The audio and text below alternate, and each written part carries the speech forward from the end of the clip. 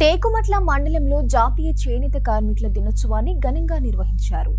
చేనేత కార్మికుల దినోత్సవం సందర్భంగా చేనేత కార్మికులకు చేనేత సహకార సంఘం ఆధ్వర్యంలో సన్మానం చేశారు.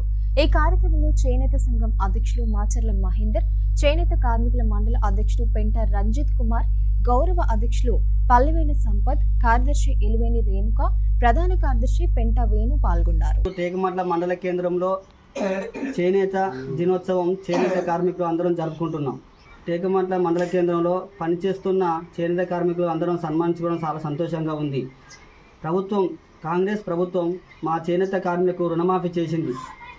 అలాగే వర్క్ సెట్లు కూడా ఇప్పించాలని కాంగ్రెస్ పార్టీని, ముఖ్యమంత్రి రేవంత్ రెడ్డి గారిని ప్రత్యేక ధన్యవాదాలు తెలుసుకుంటున్నాను.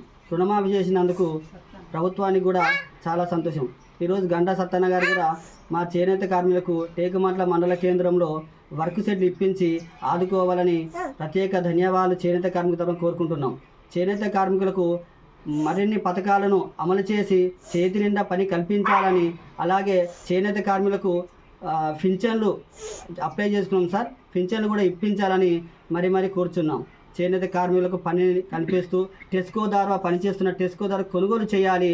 అలాగే కొనుగోలు చేసిన వస్తువులను కూడా నాణ్యతగా మేము చేస్తున్నాం. మమ్మల్ని ఆదుకోవాలని కోరుకుంటూ సెలవు తీసుకుంటాం.